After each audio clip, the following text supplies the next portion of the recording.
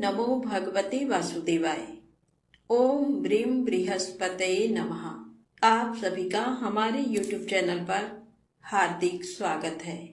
आज बृहस्पतिवार के दिन आइए सुने बृहस्पति देव की पौराणिक कथा और आरती। देवगुरु बृहस्पति को बुद्धि और शिक्षा का कारक माना जाता है। गुरुवार को बृहस्पति देव की पूजा करने से धन, विद्या, मान सम्मान, प्रतिष्ठा और कई अन्य मनोवांछित फल की प्राप्ति होती है। धार्मिक ग्रंथों के अनुसार गुरुवार को भगवान बृहस्पति की पूजा का विधान है। गुरुवार के दिन व्रत और कथा सुनने से घर परिवार में सुख समृद्धि बनी रहती है। तो प्रेम से बोले श्री हरि विष्णु भगवान की जय हो, बृहस्पति देव भगवान की जय हो। कथा के अनुसार प्राचीन काल की बात है। किसी राज्य में एक बड़ा प्रतापी और दानी राजा राज्य करता था। वह हर गुरुवार को व्रत रखकर दीन दुखियों की मदद करके पुण्य प्राप्त करता था। परंतु ये सब बातें उसकी रानी को अच्छी नहीं लगती थी। वह ना तो व्रत करती थी और ना ही दान पुण्य में विश्वास रखती थी। इतना ही नहीं, वह राजा को भी ऐसा करने से मना करती थी। एक समय की बात है, राजा शिकार खेलने के लिए बन गए। घर पर रानी और दासी थी। उसी समय गुरु बृहस्पति देव साधु का रूप धारण कर राजा के दरवाजे पर भिक्षा मांगने आए। साधु ने जब रानी से भिक्षा मांगी तो वह कहने लगी, हे साधु महाराज, मैं इस दान और पुण्य से तंग आ गई हूँ। आप कोई ऐसा उपाय बताएं जिससे कि सारा धन नष्ट हो जाए और मैं आराम से रह सकूं। इतना सुनकर बृहस्पति देव ने कहा, हे देवी, तुम बड़ी विचित्र हो। संतान और धन से कोई दुखी होता है?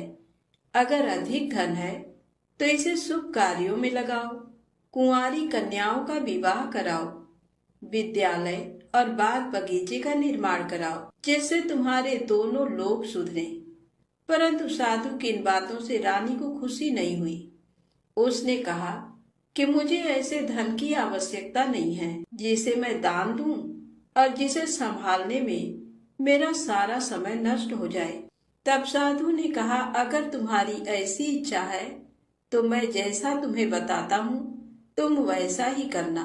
गुरुवार के दिन तुम घर को गोबर से लीपना, अपने बालों को पीली मिट्टी से धोना, राजा से हजामत बनाने को कहना, भोजन में मांस मदिरा का प्रयोग करना, कपड़े धोबी के यहाँ धुलने देना। इस प्रकार 7 बृहस्पतिवार करने से तुम्हारा समस्त धन नष्ट हो जाएगा। इतना कहकर साधु के रूप में बृहस्पति देव अंतर ध्यान हो गए। साधु के अनुसार कई बातों को पूरा करते हुए रानी को केवल 3 बृहस्पतिवार ही बीते थे कि उसकी समस्त धन संपत्ति नष्ट हो गई। भोजन के लिए राजा का परिवार तरसने लगा। तब एक दिन राजा ने रानी से बोला कि हे रानी, तुम यहीं रहो, मैं दूसरे देश को जाता हूँ, क्योंकि यहाँ पर सभी लोग मुझे जानते हैं, इसलिए मैं कोई छोटा कार्य नहीं कर सकता। ऐसा कहकर राजा दूसरे देश चला गया। वहां वह जंगल से लकड़ी काट कर लाता और शहर में बेचता। इस तरह वह अपना जीवन व्यतीत करने लगा। इधर राजा के परदेश जाते ही रानी और दासी दुखी रहने लगी। एक बार जब रानी और दासी को 7 दिन तक बिना भोजन के रहना पड़ा तो रानी ने अपनी दासी से कहा, हे दासी, पास ही के नगर में मेरी बहन रहती है, वह बड़ी धनवान है। तू उसके पास जा और कुछ ले आ ताकि थोड़ी बहुत गुजर बसर हो जाए। दासी रानी की बहन के पास गई। उस दिन गुरुवार था और रानी की बहन उस समय बृहस्पतिवार व्रत की कथा सुन रही थी। दासी ने रानी की बहन को अपनी रानी का संदेश दिया, लेकिन रानी की बड़ी बहन ने कोई उत्तर नहीं दिया।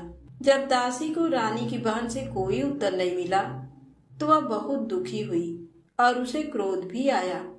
दासी ने वापस आकर रानी को सारी बात बता दी। यह सुनकर रानी ने अपने भाग्य को कोसा।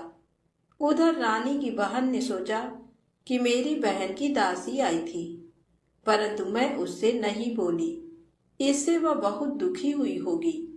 कथा सुनकर और पूजा समाप्त करके वह अपनी बहन के घर आई और कहने लगी, हे बहन, मैं बृहस्पतिवार का व्रत कर रही थी।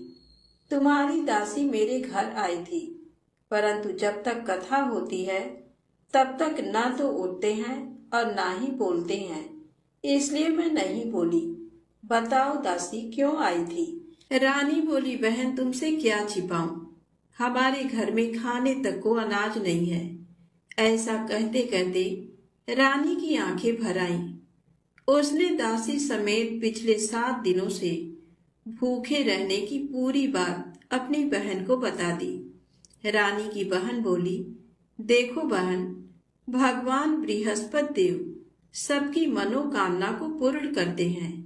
देखो, शायद तुम्हारे घर में अनाज रखा हो। पहले तो रानी को विश्वास नहीं हुआ, पर बहन के आग्रह करने पर उसने अपनी दासी को अंदर भेजा तो उसे सचमुच अनाज से भरा एक घड़ा मिल गया। ये देखकर दासी को बड़ी हैरानी हुई। दासी रानी से कहने लगी, हे रानी, जब हमको भोजन नहीं मिलता तो हम व्रत ही तो करते हैं, इसलिए क्यों न इनसे व्रत और कथा की विधि पूछ ली जाए ताकि हम भी व्रत कर सकें। तब रानी ने अपनी बहन से बृहस्पतिवार व्रत के बारे में पूछा। उसकी बहन ने बताया, बृहस्पतिवार के व्रत में चने की दाल और मुनक्का केले की जड़ में अर्पित करें, दीपक जलाएं, व्रत कथा सुने और पीला भोजन ही करें। इससे बृहस्पति देव और भगवान विष्णु प्रसन्न होते हैं। व्रत और पूजा की विधि बताकर रानी की बहन अपने घर को लौट गई। 7 दिन के बाद जब गुरुवार आया तो रानी और दासी ने व्रत रखा। गुड़साल में जाकर चना और गुड़ लेकर आई, फिर उससे केले की जड़ तथा विष्णु भगवान का पूजन किया। अब पीला भोजन कहाँ से आए, इस बात को लेकर दोनों बहुत दुखी थे। चूंकि उन्होंने व्रत रखा था, इसलिए बृहस्पति देव उनसे प्रसन्न थे। इसलिए वे एक साधारण व्यक्ति का रूप धारण कर 2 थालों में सुंदर पीला भोजन दासी को दे गए। भोजन पाकर दासी प्रसन्न हुई और फिर रानी के साथ मिलकर भोजन ग्रहण किया। उसके बाद वे सभी गुरुवार को व्रत और पूजन करने लगी। बृहस्पति भगवान की कृपा से उनके पास फिर से धन संपत्ति आ गई, परंतु रानी फिर से पहले की तरह आलस्य करने लगी। अब दासी बोली, देखो रानी, तुम पहले भी इस प्रकार आलस्य करती थी। तुम्हें धन रखने में कष्ट होता था, इस कारण सभी धन नष्ट हो गया, और अब जब भगवान बृहस्पति की कृपा से धन मिला है तो तुम्हें फिर से आलस्य होता है। रानी को समझाते हुए दासी कहती है कि बड़ी मुसीबतों के बाद हमने ये धन पाया है, इसलिए हमें दान पुण्य करना चाहिए, भूखे मनुष्यों को भोजन कराना चाहिए और धन को शुभ कार्यों में खर्च करना चाहिए, जिससे तुम्हारे कुल का यश बढ़ेगा, स्वर्ग की प्राप्ति होगी और पितृ प्रसन्न होंगे। दासी की बात मानकर रानी अपना धन शुभ कार्यों में खर्च करने लगी, जिससे पूरे नगर में उसका यश फैलने लगा। एक दिन रानी और दासी दोनों आपस में विचार करने लगी कि न जाने राजा किस दशा में होंगे। उनकी कोई खोज खबर भी नहीं है। उन्होंने श्रद्धा पूर्वक गुरु बृहस्पति भगवान से प्रार्थना की कि राजा जहाँ कहीं भी हो शीघ्र वापस आ जाएं। उधर राजा परदेश में बहुत दुखी रहने लगा। वह प्रतिदिन जंगल से लकड़ी बीनकर लाता और उसे शहर में बेचकर अपने दुखी जीवन को बड़ी कठिनता से व्यतीत करता था। एक दिन दुखी हो अपनी पुरानी बातों को याद करके वह रोने लगा और उदास हो गया। उसी समय राजा के पास बृहस्पति देव साधु के वेश में आकर बोले, हे लकड़हारे, तुम इस सुनसान जंगल में किस चिंता में बैठे हो? मुझे बतलाओ, ये सुन राजा के नेत्रों में जल भर आया। साधु की वंदना कर राजा ने अपनी संपूर्ण कहानी सुना दी। महात्मा दयालु होते हैं। वे राजा से बोले, हे राजा, तुम्हारी पत्नी ने बृहस्पति देव के प्रति अपराध किया था, जिसके कारण तुम्हारी ये दशा हुई। अब तुम किसी प्रकार की चिंता मत करो, भगवान तुम्हें पहले से अधिक धन देंगे। देखो, तुम्हारी पत्नी ने बृहस्पतिवार का व्रत प्रारंभ कर दिया है। अब तुम भी बृहस्पतिवार का व्रत करके चने की दाल व गुड़ जल के लोटे में डालकर केले का पूजन करो, फिर कथा कहो या सुनो। भगवान तुम्हारी सब कामनाओं को पूर्ण करेंगे। साधु की बात सुनकर राजा बोला, हे प्रभु, लकड़ी बेचकर तो इतना पैसा भी नहीं मिलता जिससे भोजन करने के उपरांत कुछ बचा सकूं। मैंने रात्र में अपनी रानी को व्याकुल देखा है। मेरे पास कोई साधन नहीं जिससे इसका समाचार जान सकूं। फिर मैं बृहस्पति देव की क्या कहानी कहूं, ये भी मुझको मालूम नहीं है। साधु ने कहा, हे राजा, मन में बृहस्पति भगवान के पूजन व्रत का निश्चित करो। वे स्वयं तुम्हारे लिए कोई राह बना देंगे। बृहस्पतिवार के दिन तुम रोजाना की तरह लकड़ियां लेकर शहर में जाना। तुम्हें रोज से दुगना धन प्राप्त होगा, जिससे तुम भली भांति भोजन कर लोगे तथा बृहस्पति देव की पूजा का सामान भी आ जाएगा। जो तुमने बृहस्पतिवार की कहानी के बारे में पूछा है, वह इस प्रकार है। प्राचीन काल में एक बहुत ही निर्धन ब्राह्मण था। उसके कोई संतान नहीं थी। वह नित्य पूजा पाठ करता। उसकी स्त्री न स्नान करती और न किसी देवता का पूजन करती। इस कारण ब्राह्मण देवता बहुत दुखी रहते थे। भगवान की कृपा से ब्राह्मण के यहाँ एक कन्या उत्पन्न हुई। कन्या बड़ी होने लगी। प्रातः स्नान करके वह भगवान विष्णु का जप करती। बृहस्पतिवार का व्रत भी करने लगी। पूजा पाठ समाप्त कर पाठशाला जाती तो अपनी मुट्ठी में जौ भरकर ले जाती और पाठशाला जाने के मार्ग में डालती जाती। लौटते समय वही जौ स्वर्ण के हो जाते तो उनको बीनकर घर ले आती।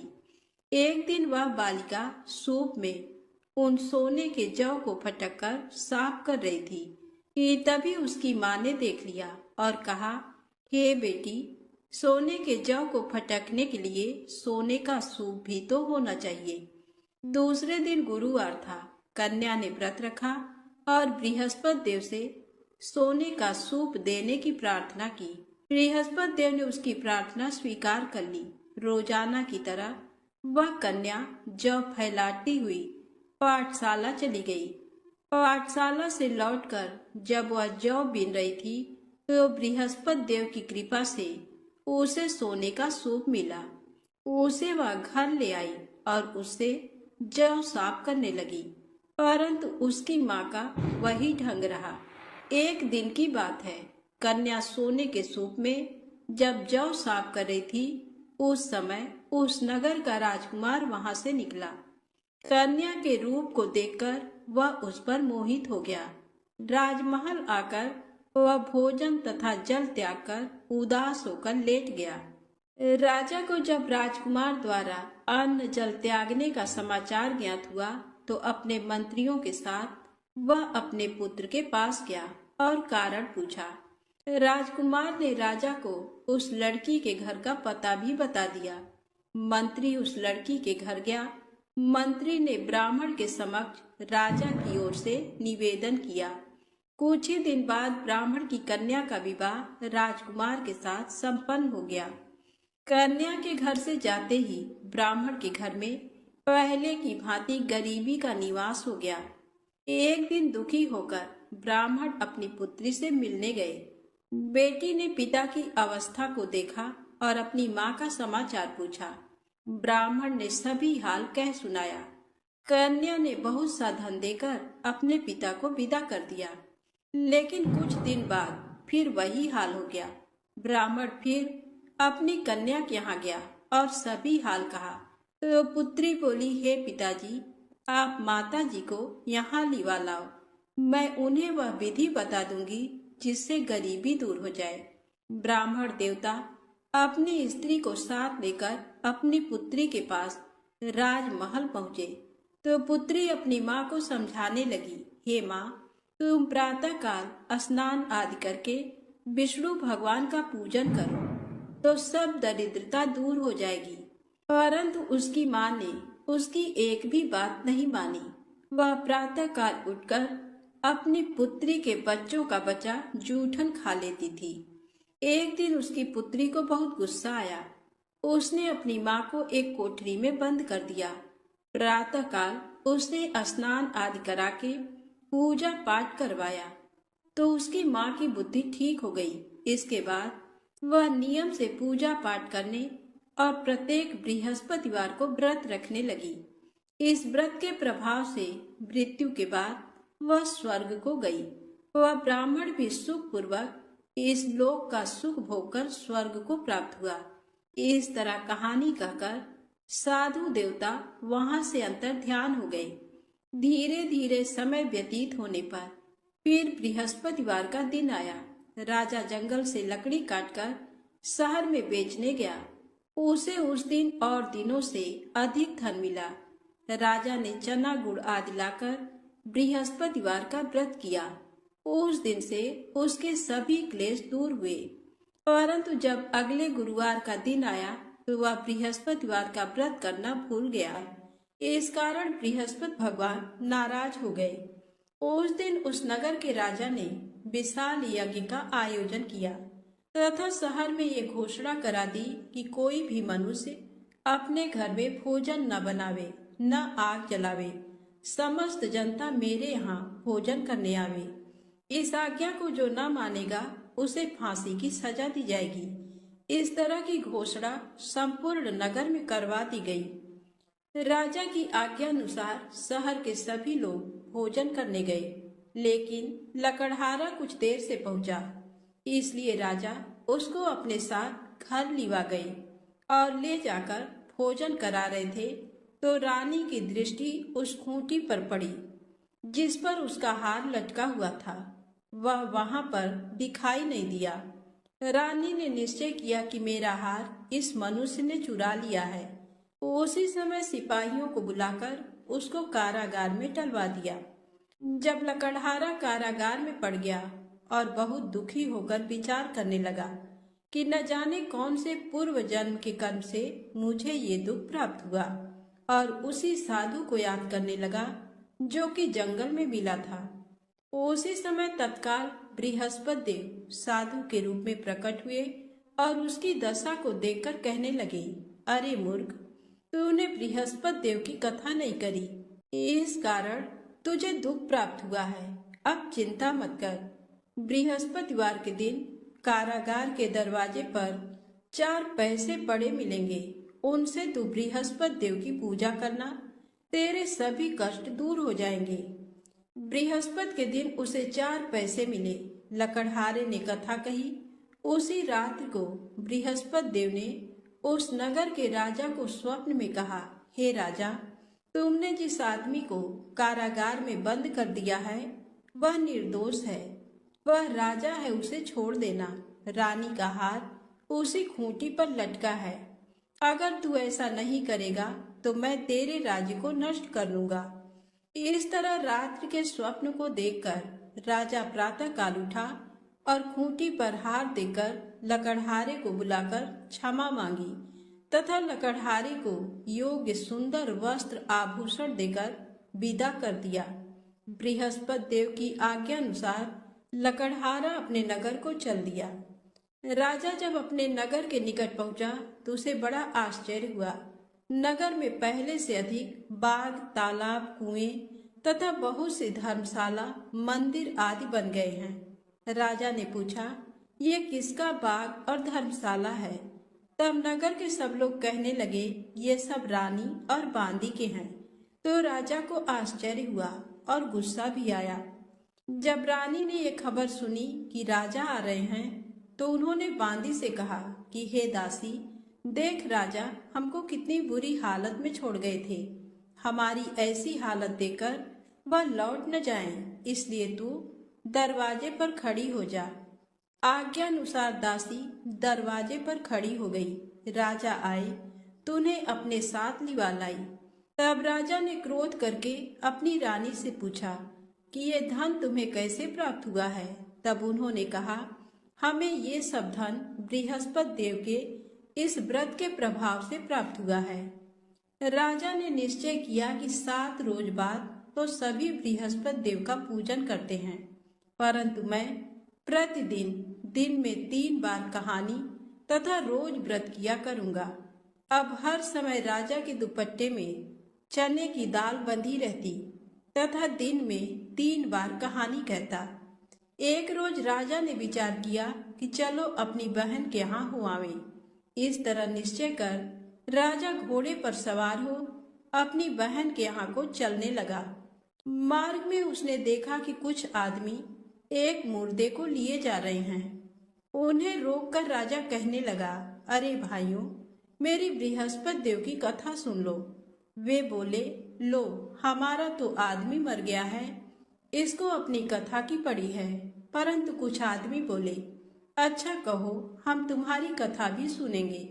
राजा ने दाल निकाली और जब कथा आधी हुई थी कि मुर्दा हिलने लग गया, और जब कथा समाप्त हो गई तो राम राम करके मनुष्य उठकर खड़ा हो गया।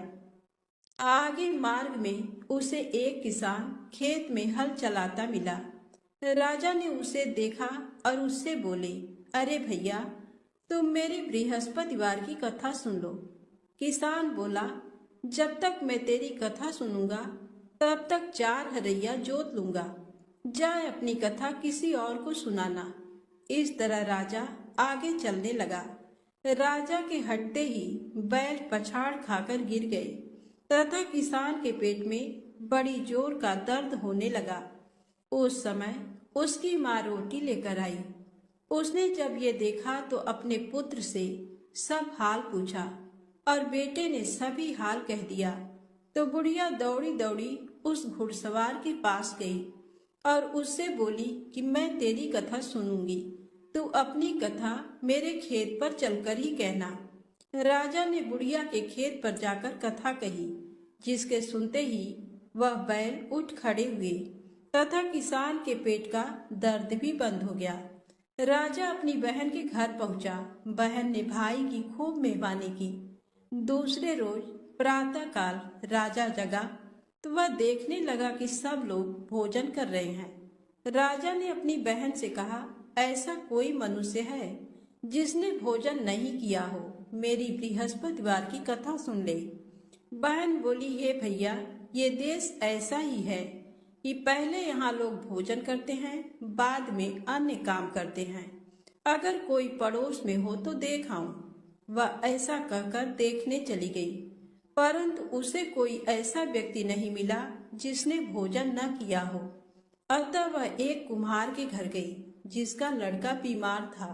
उसे मालूम हुआ कि उनके यहाँ 3 रोज से किसी ने भोजन नहीं किया है। रानी ने अपने भाई की कथा सुनने के लिए कुम्हार से कहा। वह तैयार हो गया। राजा ने जाकर बृहस्पतिवार की कथा कही, जिसको सुनकर उसका लड़का ठीक हो गया। अब तो राजा की प्रशंसा होने लगी। एक रोज राजा ने अपनी बहन से कहा कि हे बहन, हम अपने घर को जाएंगे, तुम भी तैयार हो जाओ। राजा की बहन ने अपनी सास से कहा। सास ने कहा, हाँ चली जा, परंतु अपने लड़कों को मत ले जाना, क्योंकि तेरे भाई के कोई औलाद नहीं है। बहन ने अपने भैया से कहा, हे भैया, मैं तो चलूंगी, पर कोई बालक नहीं जाएगा। राजा बोला, जब कोई बालक नहीं चलेगा तब तुम ही क्या करोगी। बड़े दुखी मन से राजा अपने नगर को लौट आया। राजा ने अपनी रानी से कहा, हम निर्वंशी हैं, हमारा मुंह देखने का धर्म नहीं है और कुछ भोजन आदि नहीं किया। रानी बोली, हे प्रभु, बृहस्पति देव ने हमें सब कुछ दिया है, वह हमें औलाद अवश्य देंगे। उसी रात को बृहस्पति देव ने राजा से स्वप्न में कहा, हे राजा, उठ, सभी सोच त्याग दे, तेरी रानी गर्भ से है। राजा को ये बात सुनकर बड़ी खुशी हुई। 9वें महीने में उसके गर्भ से एक सुंदर पुत्र पैदा हुआ। तब राजा बोला, हे रानी, स्त्री बिना भोजन के रह सकती है और बिना कहे नहीं रह सकती। जब मेरी बहन आवे तू मुझसे कुछ कहना मत। रानी ने सुनकर हाँ कर दिया। जब राजा की बहन ने ये शुभ समाचार सुना तो वह बहुत खुश हुई तथा बधाई लेकर अपने भाई के यहाँ आई। तभी रानी ने कहा, घोड़ा चढ़कर तो नहीं आई, गधा चढ़ी आई। राजा की बहन बोली, भाभी, मैं इस प्रकार न कहती तो तुम्हें औलाद कैसे मिलती। बृहस्पति देव ऐसे ही हैं, जैसी जिसके मन में कामनाएं हैं सभी को पूर्ण करते हैं। जो सद्भावना पूर्वक बृहस्पतिवार का व्रत करता है एवं कथा पढ़ता है अथवा सुनता है, दूसरों को सुनाता है, बृहस्पति देव उसकी सभी मनोकामना पूर्ण करते हैं। प्रेम से बोले, बृहस्पति भगवान की जय हो। आइए सुने बृहस्पति देव की आरती। ओम जय बृहस्पति देवा, ओम जय बृहस्पति देवा। छिन छिन भोग लगाऊं, छिन छिन भोग लगाऊं, कदली फल मेवा। ओम जय बृहस्पति देवा, तुम पूर्ण परमात्मा, तुम अंतर्यामी, जगत पिता जगदीश्वर, जगत पिता जगदीश्वर, तुम सबके स्वामी। ओम जय बृहस्पति देवा, चरणामृत निज निर्मल, सब पातक हरता, सकल मनोरथ दायक, सकल मनोरथ दायक, कृपा करो भरता। ओम जय बृहस्पति देवा, तन मन धन अर्पण कर, जो जन शरण पड़े, प्रभु प्रकट तब होकर, प्रभु प्रकट तब होकर, आकर द्वार खड़े। ओम जय बृहस्पति देवा, दीन दयाल दयानिधि, भक्तन हितकारी, पाप दोष सब हरता, पाप दोष सब हरता, भव बंधन हारी। ओम जय बृहस्पति देवा, सकल मनोरथ दायक, सब संशय हारो, विषय विकार मिटाओ, विषय विकार मिटाओ, संतन सुखकारी। ओम जय बृहस्पति देवा, श्री बृहस्पति जी की आरती प्रेम से जो गावे, सुख संपत्ति धन वैभव, सुख संपत्ति धन वैभव, सो निश्चय पावे। ओम जय बृहस्पति देवा। प्रेम से बोले विष्णु भगवान की जय, बृहस्पति देव भगवान की जय।